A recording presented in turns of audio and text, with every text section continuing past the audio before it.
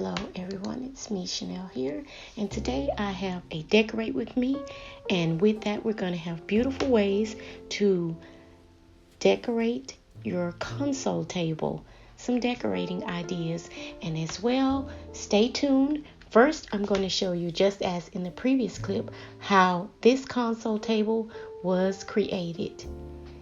Stay tuned. Use some things that I already have on hand. And I had these old bedposts. Yes, they were bedposts. And what we're going to do is just chop off the top of the ball that is on top. You can call it a finial. And make that flat so that when you put the top that is on the console table on it, it sits flat. And it also is going to lower it some. Excuse my voice, a little bit raspy here.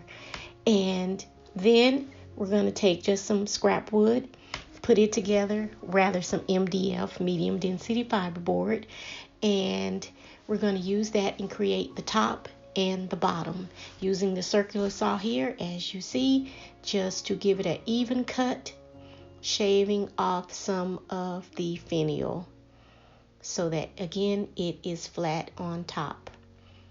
Now once that is done, we'll continue to just create the entire table, as you will see. And here just using some crown molding and as well as some baseboard trim. And we're going to trim it out at the bottom portion of the cabinet, as well as putting the crown around the top. And you will see all of that once I show you the finished piece here on the back porch. Then what I'm going to do is take this clean stripper. I really like this stripper. It is so easy to use, especially for stained pieces such as beds or dressers, and it really removes all of the clear coat that is on top as well as the stain, as you can see here. And thank goodness, of course, I knew that it was wood that was under it, and that made it a whole lot easier to get the finish that I wanted that was underneath it, which is the natural wood. And then I'm going to take a few products, as you can see here, laying the plastic out and all the way around the base of the console table, taping it off because I didn't want to get the drippings from the stain onto the bottom of the MDF because it could bleed through once I started to paint. So I'm just going to take again the clean stripper, and it comes with a spray bottle if you are going to purchase this from the hardware store. And you just skeet a little bit, I'm saying skeet, you can spray it a little small amount in small areas, going slowly, and using steel wool. I use grade 2 steel wool. And that means it's not that abrasive because I'm not trying to scratch up my surface. It really wipes off really well with this particular stripper. Now, of course, use your protective gear. Use some gloves and also a mask, and in a well, and when I say well, I mean a well ventilated area, preferably outside if possible, if weather is permitting. And as you can see here, I'm just going to start removing all the stain. It comes off really easy. It takes no time at all. It says about 15 minutes, but it actually starts to remove instantly with hardly any work, as they say, elbow grease being put into it. And then I'm going to move it into the house, and then we'll get with the styling.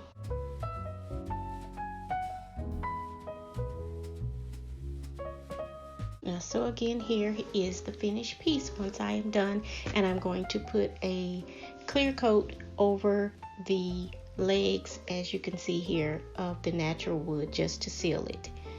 And then I'll go over the bottom and the top in the same color I usually use, which is Whisper White by Bear.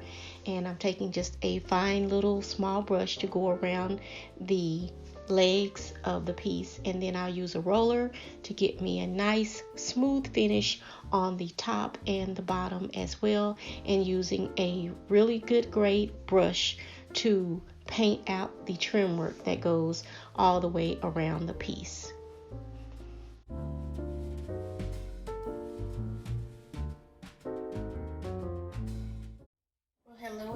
It's me, Chanel here, and today I have the console, and this is the finished item that has been done. And now I'm just going to show you 3 ways that you can style this up, styling your console table.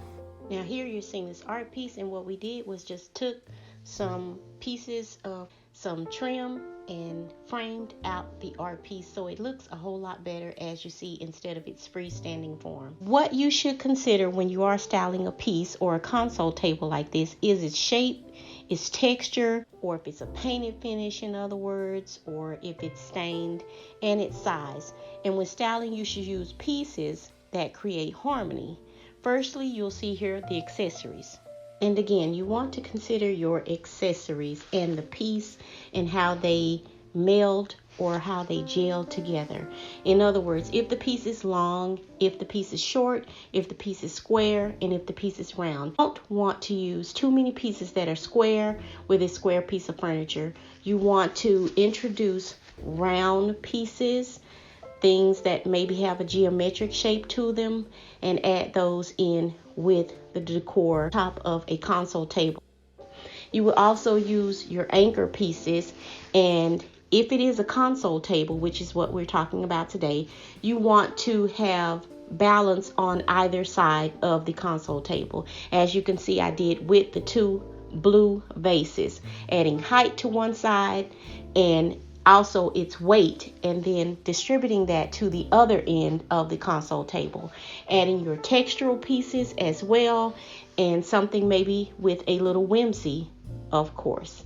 And don't forget your green for life. And I've added the books also, as you can see, adding some lifts and some levels that makes it a little bit more appealing to the eye. And this is look number 1. Number 2, where I've added again another vase, and it is very round, and as you can see, it is pretty substantial in its size and its weight. Then I'm going to again distribute the weight to the other end of the cabinet or the console table as well, and added a simple floral or greens as well with some texture. Also, you can see in the candle holders that are there, the 2, a little movement with the striping that is going on in there. Again, that adds visual appeal to your setting, or what we call vignettes.